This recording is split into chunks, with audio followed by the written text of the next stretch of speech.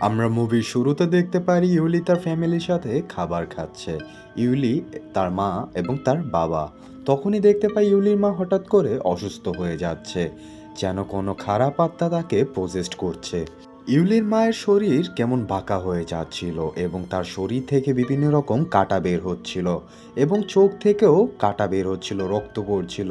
এগুলো দেখে ইউলির বাবা ইউলিকে একটি রুমের মধ্যে বন্ধ করে দেয়, যেন ইউলি এগুলো দেখে ভয় না পায় এবং তার যেন কোনো ক্ষতি না হয়। তারপর ইউলির বাবা বাহিরে গেলে শুধু ইউলির বাবার চিৎকারই শোনা যায়। তখনই হঠাৎ কারেন্ট চলে যায়। ইউলি যখন এই ফুটো অংশ দিয়ে বাইরে দেখতে যায়, তখনই সে তার মায়ের ভয়ঙ্কর রূপটি দেখতে পায় এবং সেখানে চিৎকার দিয়ে সেন্সলেস হয়ে যায়। পরের দিন সকালে পুলিশ যখন তাকে এই অবস্থা পায় এবং তাকে উঠানোর চেষ্টা করে, তখন উঠে সে দেখতে পায় তার বাবা মা দুজনই তাকে একা করে পৃথিবী থেকে চলে গিয়েছে। তখনই ওইখানে অ্যাম্বার নামে আরেকটি মহিলা প্রবেশ করে। সে জানায় ইউলির বাবা নাকি তার হাজবেন্ড লাগে। ইউলি এটা শুনে শক হয়ে যায়, কারণ সে মানতেই পারছিল না তার বাবা দুইটি বিয়ে করেছে। যেহেতু তার আর এই পৃথিবীতে আপন বলতে কেউ ছিল না, সেহেতু তার সৎ মার সাথেই তাকেই থাকতে হবে। এইভাবেই 20টি বছর চলে যায়। ইউলি তার অ্যাম্বার মার সাথেই থাকে, কিন্তু একজন মেয়ে হিসেবে নয়, বরং একজন কাজের মেয়ে হিসেবে। এইভাবেই অ্যাম্বার বুড়ো হয়ে যায় আর ইউলি তাকে সেবা যত্ন করতে থাকে। আর অপরদিকে অ্যাম্বারের আপন মেয়ে লারাস, তার বিয়ে হয়ে গেছে এবং তাদের দুটি বাচ্চাও রয়েছে। বাচ্চার নাম হচ্ছে টিকা। টিকা একটি ইসলামিক স্কুলে পড়ে থাকে আর আজকে স্কুলে তাকে কোরআন সম্পর্কে কিছু কথা বলবে। কোরআনের ভিতর দুইটি বই হয়ে থাকে, একটি হচ্ছে সিজিন এবং একটি হচ্ছে ইলহিন। টিচার বলে সিজিনের ভিতরে সব মানুষের খারাপ কর্ম লেখা হয় এবং ইলিয়ানের ভিতরে সব ভালো কর্ম লেখা হয়।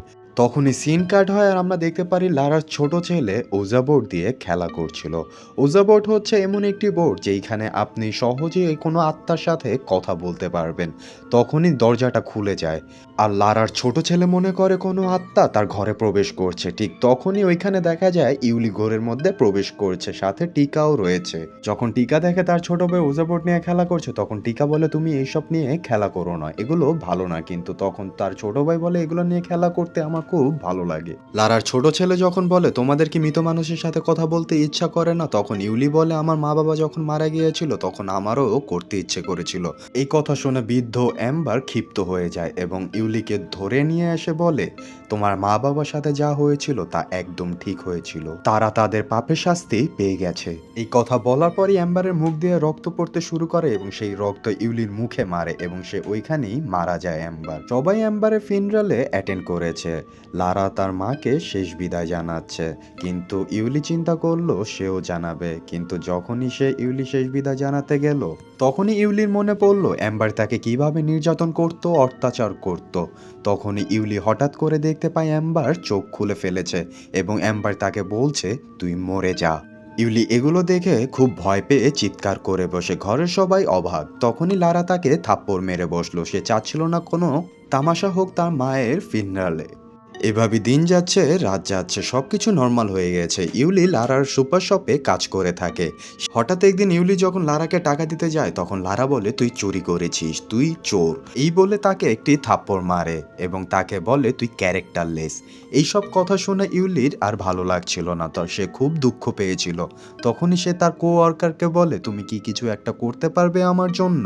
আমরা বুঝতে পারছিলাম যে ইউলি প্রতিশোধ নিতে চাচ্ছে লারার কাছ থেকে। তখন কোওয়ার্কার তাকে একদিন সাথে নিয়ে গহীন জঙ্গলে একটি কবিরাজের কাছে নিয়ে যায়, যে কবিরাজ কিনা কালো জাদু করে থাকে। সে সেই কবিরাজের সাথে দেখা করলো। তখন ইউলি একটি ছবি বের করে সেই কবিরাজের কাছে দেয় এবং বলে আমি এই ছবির প্রত্যেকটা মেম্বারকেই মরতে দেখতে চাই। কবিরাজ তখন বলে যেমনটা তুমি অ্যাম্বারের সাথে করেছিল ঠিক তেমনটাই এদের সাথে করব। তার মানে আমরা বুঝতে পারি অ্যাম্বার কোনো সুস্থভাবে মারা যায়নি, অ্যাম্বারকে ইউলি কালো জাদু করেছিল। কবিরাজ তখন ইউলিকে তার রুমে নিয়ে যায় এবং ওইখানে যে রিচুয়াল শুরু করে। দেখা যায় কবিরাজ পুরো ছবিটাকে আগুন ধরিয়ে দেয় এবং সেটি নিয়ে ইউলির হাতের মাঝখানে দিয়ে দেয় এবং সেইখানে ক্ষতবিক্ষত করে পুড়ে ফেলে। এবং কবিরাজ তাকে বলে যে পুরো রিচুয়ালটি পূরণ হতে একটি লাশ লাগবে। তখন ইউলি বলে কোনো সমস্যা নেই, আমি লাশের ব্যবস্থা করব। তখনই দেখতে পাই আমরা পরের সিনে ইউলি এবং তার কোওয়ার্কার মিলে অ্যাম্বারের লাশটি চুরি করছে। তার লাশটি দিয়েই রিচুয়াল করবে। তারা দুজন লাশটি নিয়ে কবিরাজের কাছে চলে গেল। তখন কবিরাজ এই লাশটিকে নিয়ে রিচুয়াল স্টার্ট করা শুরু করলো। কবিরাজ প্রথমে একটি কালো মুরগি দিয়ে বলল, এটা কি তুমি জবাই দাও এবং এটির রক্ত তুমি কোনোভাবে সংগ্রহ করো। তখনই আমরা দেখতে পাই কবিরাজ একটি ছাগলের মাথা কাটছে, ওইখান থেকে কিছু চামড়া নিচ্ছে এবং চামড়া নিয়ে একটি ছোট বলের ভিতরে রাখবে। সেইখানে তার পরিবারের নাম থাকবে, কালো মুরগির রক্ত থাকবে এবং কিছু কাগজ থাকবে। তখন কবিরাজ ইউলিকে বলল, এগুলো তুমি নিজ হাতে নিয়ে নাও, নেওয়ার পরে তুমি এগুলো লাশের মুখের সামনে রাখো। তখন লাশ কথা বলা শুরু করলো, হা করে থাকলো। তখনই ইউলি তার মুখের ভিতরে এই কালো পদার্থগুলো ভরে দিল আর লাশটি মুখটি বন্ধ করে নিল। তখনই কবিরাজ ইউলিকে বলে, এখানে কিছু শর্ত রয়েছে। লাশটির দেহ পচে যাওয়ার আগে তোমার কিছু রিচুয়াল করতে হবে। তুমি যদি সেই রিচুয়ালগুলো সময় মতো না করতে পারো আর লাশটি পচে যায়, তাহলে এই জাদুর প্রভাব তোমার উপরই পড়বে। তখনই আমরা সিন ঘোরাতে দেখতে পাই একদিন টিকা নামাজ পড়ছে। তখনই তার পিছন থেকে একটি আলোর মতো কিছু একটা দৌড়িয়ে যায়। তখনই টিকার ঘরের লাইটটি অন অফ করতে শুরু করলো। টিকা ভয় পেল, টিকা সিজদায় চলে গেল। কিন্তু তখনই তার ঘরের মধ্যে কিছু একটা প্রবেশ করলো পোকার রূপ ধরে। টিকা তার গ্র্যান্ডমাদার অ্যাম্বারেরও ভয়েস শুনতে পেল। এগুলো শুনে সে ভয় পেয়ে নিচে চলে গেল। তখনই ইউলি আসে, ইউলি তাকে সামলাতে শুরু করে। পরের দিন সকালে টিকা এবং তার ছোট ভাই তার মাকে বলছিল, আমাদের ঘরের মধ্যে খুব অদ্ভুত অদ্ভুত জিনিস হচ্ছে। তখন টিকার ছোট ভাই বলে ওঠে, হ্যাঁ, কারণ আমি গত রাতে যখন উজাবোর্ড দিয়ে খেলা করছিলাম তখন নানু আমাদের সাথে কথা বলেছিল। এই কথা শুনে লারা তেমন একটি গুরুত্ব দেয়নি। টিকা যখন তার সাথে ঘটে যাওয়া সব ঘটনা তার শিক্ষককে বলছিল, তখন তার শিক্ষক বলে, মরে যাওয়া কোনো ব্যক্তির আত্মা আমাদের মাঝে আর থাকতে পারে না। যদি কেউ থেকে থাকে তাহলে সেটি অন্য সভ্যতার অন্য কেউ, কিন্তু মানুষের আত্মা নয়। এরপর আমরা দেখতে পারি ঘরের সবাই বসে একসাথে মিলেমিশে অ্যাম্বারের জন্য দোয়া করছে। অন্যদিকে আমরা দেখতে পারি টিকার ছোট ভাই ঘরের মধ্যে লুকিয়ে ওজাবোর্ড দিয়ে খেলা করছে। আর অপরদিকে দেখতে পারি ইউলি একটি ষাঁড়ের চামড়া নিয়ে সেখানে টিকার ছোট ভাইয়ের নাম লিখে অ্যাম্বারের গলার ভিতরে ঢুকিয়ে দিয়ে সেই রিচুয়ালগুলো করছে, যেগুলো কবিরাজ তাকে শিখিয়ে দিয়েছিল। তখনই আমরা দেখতে পারি টিকার ছোট ভাইয়ের ওজাবোর্ডগুলো অটোমেটিক নাড়াচাড়া শুরু করছে এবং তাকে কিছু একটা বলতে চাচ্ছে। তখন সে এগুলো একটি খাতায় লিখে নেয়। এরপর যা বের হলো তা হচ্ছে, তুমি আমার কাছে এসে পড়ো। তখনই তার কানের ভিতরেই সেই পোকটি ঢুকে গেল এবং তার প্রচণ্ড যন্ত্রণা হচ্ছিল, সে যন্ত্রণায় ছুটফুট করছিল। তার এরকম ঘরের মধ্যে চিল্লাচিল্লি বাইর থেকে টিকা শুনলো। সে তার ছোট ভাইকে বাঁচানোর জন্য দরজা খোলার চেষ্টা করলো, কিন্তু দরজা কোনোভাবেই খুলছিল না। তখন সে যখন জোরজবস্তি করতে লাগলো তখন দরজাটি খুলে যায় এবং দরজার ভিতরে ঢুকে সে দেখতে পায় টিকার ছোট ভাই তার ওজাবোর্ড দিয়ে তার মাথা ফাটিয়ে ফেলেছে এবং ধারালো জিনিসটা তার গলার ভিতরে ঢুকিয়ে দিয়েছে এবং সে ওখানেই মারা যায়। এর পরের সিনেই আমরা দেখতে পারি লারার পরিবার কবরের পাশে বসে আছে। তখন কোঅর্কার এসে ইউলিকে জিজ্ঞেস করে, এগুলো কি তুমি করেছো বা কবিরাজ করেছে? তখন ইউলি জবাব দেয়, না, এগুলো আমি করিনি, কবিরাজও করেনি, এগুলো পাপের শাস্তি পাচ্ছে তারা। এর পরের সিনে আমরা দেখতে পাচ্ছি টিকা তার শিক্ষকের কাছে তার জীবনের সব দুঃখের কথা বলছে। তখনই তার শিক্ষক তাকে তাহাজ্জুদ পড়ার পরামর্শ দেয়। শিক্ষকের কথা শুনে টিকা যখন তাহাজ্জুদ পড়তে যায় তখন তার নামাজ শেষের দিকে সে যখন আমিন বলে তার সাথে আরেকজনও আমিন বলে ওঠে। এটা বলে সে খুব অবাক হয় এবং ভয় পায়। পরের দিনই আমরা দেখতে পারি লারার হাজবেন্ডের আঙ্গুল কেটে গেছে। তখন ইউলি তাকে যে ব্যান্ডেজ লাগাচ্ছিল। ইউলির নিয়ত ছিল লারার হাজবেন্ডের কাছে যাওয়া।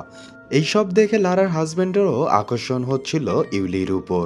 আর তখনই আমরা দেখতে পারি লারা চলে আসে। লারা ইউলিকে বিভিন্নভাবে গালাগালি করছিল। আর এই সব দেখে লারার হাজবেন্ড এসে লারাকে বলে, তুমি সবসময় ইউলিকে কেন রাগারাগি করো, সে কি মানুষ নয়? তখনই লারা তাকে বলে, তোমাকে তো কখনোদিন দেখিনি এইভাবে ইউলির তরফ থেকে কথা বলতে, তাহলে কেন আজকে বলতেছো? লারার হাজবেন্ড লারার উপরে এগুলো নিয়ে চিল্লাচিল্লি করছিল। এগুলো ইউলি শুনে খুব খুশি হচ্ছিল। তখনই লারার হাজবেন্ড ওইখান থেকে চলে যায়। এর পরের সিনে আমরা দেখতে পারি লারার হাজবেন্ড তার ঘরের মধ্যে রয়েছে। তখনই ইউলি তার কাছে আসে। লারার হাজবেন্ডকে ভুলভাল বুঝে ইউলি তার রুমে নিয়ে আসে। আর অন্য সাইড দিয়ে লারা তার হাজবেন্ডকে ফোন দিচ্ছিল, কিন্তু সে ফোন ধরছিল না। কিন্তু যা হওয়ার কথা ছিল না তাই হয়ে গেল। ইউলি লারার হাজবেন্ডকে বলছিল, তুমি লারাকে ছেড়ে দিয়ে আমার সাথে সংসার করো, কিন্তু লারার হাজবেন্ড এগুলো মানল না, আরো উল্টো ইউলিকে ক্যারেক্টারলেস বলল। এগুলো শুনে ইউলির রাগ হলো। তখন লারার হাজবেন্ড ওইখান থেকে চলে গেল। আর তখনই টিকা সামনে এসে পড়ে। টিকা দেখে তার বাবা ইউলির রুম থেকে বের হচ্ছে। এগুলো দেখে সে কোনোভাবেই মানতে পারছিল না। তার বাবা বলে, এগুলো কাউকে বলো না। এরপর দেখতে পারি ইউলি আবারও রিচুয়াল শুরু করে। লারার হাজবেন্ডের নাম লিখে আম্বারের মুখের মধ্যে গেঁথে দেয়। আর সাথে সাথে লারার হাজবেন্ডের গলার মধ্যে কিছু একটা আটকে যায়। সে ওয়াশরুমে যেয়ে বমি করে, রক্তের বমি করে। তখনই একটা পোক আসে। পোক এসে তার চোখের ভিতর দিয়ে ঢুকে যায়। সে ব্যথায় কাতরাচ্ছিল। সে তখন বুঝতে পারছিল তার শরীরের ভিতর দিয়ে পোকটি হাঁটাচলা করছিল। পোকটি এক চোখ দিয়ে ঢুকে আরেক চোখ দিয়ে বের হচ্ছিল। তখনই সে পোকটিকে বের করতে যেয়ে নিজের চোখই বের করে ফেলে। সে তখন কোনোভাবে একটি জিনকে দেখতে পায়। তখন সেটিকে দেখে সে ভয়ে দৌড়াদৌড়ি করছিল। তখনই সে ওইখানে পড়ে গিয়ে মাথায় ছেঁচা খেয়ে ওইখানে পড়ে মারা যায়। লারা তার হাজবেন্ডের চিল্লাচিল্লি শুনে ওয়াশরুমে এসে দেখে তার হাজবেন্ড মারা গেছে। ওদিকে ইউলি এগুলো শুনছিল বাইরে থেকে। এর পরবর্তী সিনে আমরা দেখতে পারি সবাই চিন্তিত হয়ে আছে লারার হাজবেন্ডের মৃত্যু নিয়ে। তখনই কোয়ার্কার বুঝতে পারে এগুলো সব ইউলি করেছে। তখন কোয়ার্কার ইউলিকে জিজ্ঞেস করে, এগুলো তুমি করেছো আমি বুঝতে পারছি, কিন্তু তোমার এই পাপের ভাগিদার আমি হব না। ইউলি তাকে মানানোর চেষ্টা করে, কিন্তু সে মানল না। তখন ইউলি তার উপর ক্ষেপে যেয়ে তার উপর কালো জাদু করে ফেলে। তখনই একদিন হঠাৎ সুপার শপে কাজ করছিল। তখন তার চলে যাওয়ার সময় হয়ে যায়। সে চলে যাওয়ার জন্য শাটার যখন বন্ধ করে তখন দেখে সে অটোমেটিক আবার খুলে যাচ্ছে। যখন সে চেক করার জন্য আবার শপের ভিতর যায় তখন সে ওইখানে একটি জিন দেখতে পায়। সে এটি দেখে ভয়ে ওইখান থেকে পালানোর চেষ্টা করে। সে যখন শাটার উঠাচ্ছিল তখন শাটারটি উঠছিল না, কিন্তু যখন একটুখানি উঠেছে তখন সে ওইখান থেকে পালানোর চেষ্টা করলো, কিন্তু সে আটকে যায়। কিন্তু শাটারটি হঠাৎ করে উপরে উঠে যেয়ে এমনভাবে তার মুখের উপর পড়লো যেন মুখটি থেতলে গেল এবং সে ওইখানে মারা যায়। এর পরের সিনে দেখতে পাই ইউলি তার আজকে পুরো প্রতিশোধ নিয়ে যাবে, কারণ সে এখন লারার উপর কালো জাদু করবে। পরের সিনে আমরা দেখতে পাই টিকা কিছু একটা করছিল। তখনই হঠাৎ তার রুমের সিলিং ভেঙে নিচে পড়ে যায়। সে ভয় পেয়ে যায়। তার রুমের লাইটগুলো অন অফ হতে থাকে। তখন সে দৌড়ে গিয়ে তার মার কাছে যেতে চায়, কিন্তু যখন সে তার মার কাছে যায় তখন যে দেখতে পায় খাটের নিচে একটি হাত। তখন রুমে সে প্রবেশ করলে হঠাৎ দেখতে পায় লারাকে। লারা জিন দ্বারা পজেসড হয়ে গিয়েছে এবং চিল্লাচিল্লি করছিল। তখনই হঠাৎ করে লারা টিকাকে বলে ওঠে, তুমিও মরে যাবে, খুব তাড়াতাড়ি মরে যাবে। তখনই টিকা ওইখান থেকে পালানোর চেষ্টা করলো এবং একটি সেফ জায়গায় যেয়ে তার শিক্ষককে সে ফোন দিয়ে বাসায় আসতে বলে।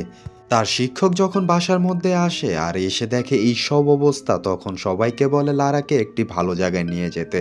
তাকে এই বাসা থেকে বের করো তাড়াতাড়ি। এই হট্টগোলের মধ্যে টিকা দেখতে পায় ইউলি ভয় না পেয়ে আরো অন্ধকারের দিকে ছুটে যাচ্ছে।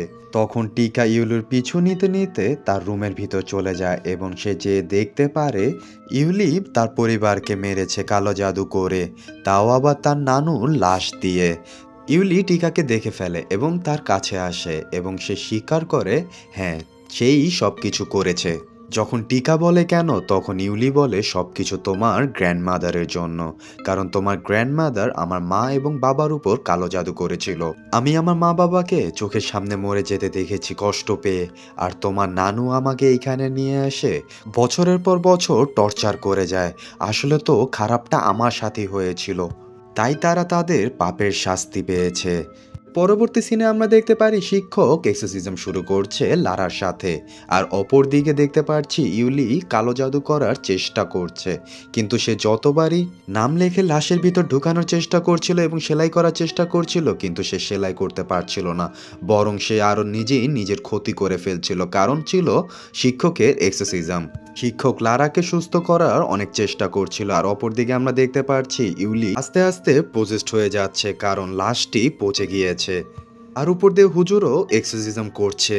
পরবর্তী সিনে আমরা দেখতে পারি ইউলি রক্তবমি করে, প্রচণ্ড যন্ত্রণায় ভুগছে। সে কিছুই করতে পারছিল না, আর হাত পা ব্যাকা হয়ে যাচ্ছিল, আঙ্গুল ব্যাকা হয়ে যাচ্ছিল। তখনই তার পাশে সে একটি প্যারাক দেখতে পায়। সেই প্যারাক নিয়ে সে তার মুখের ভিতরে মারতে থাকে যতক্ষণ পর্যন্ত না সে না মারা যায়। তার জাদু তার উপরেই এসে পড়ল। অপরদিকে আমরা দেখতে পারি লারা সুস্থ হয়ে যাচ্ছে, সে রক্তবমি করছে।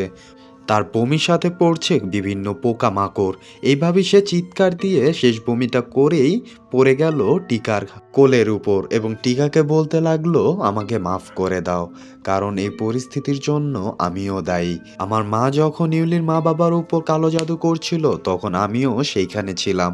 আমি তাকে না আটকিয়ে বরং আমি তাকে আরও উৎসাহ দিয়েছি। আমাকে মাফ করে দাও, আমি চলে যাচ্ছি। এই কথা বলেই তারা মারা যায়। এতিম হয়ে যায় টিকা। সে কান্না করতে থাকলো তার মাকে ধরে। এই পরবর্তী সিনে আমরা দেখতে পাই সবাই কবরস্থানে দাঁড়িয়ে আছে। লারাকে কবর দেওয়া হয়ে গিয়েছে। তখন শিক্ষক বলে, তুমি সবার জন্য দোয়া করো। তখন টিকাও সেই কাজটি করে, সবার জন্য দোয়া করে এবং নিজের জন্য দোয়া করে যেন সে একাই এই জীবনটি পার করে দিতে পারে। এখানেই আমাদের মুভিটি শেষ হয়ে যায়।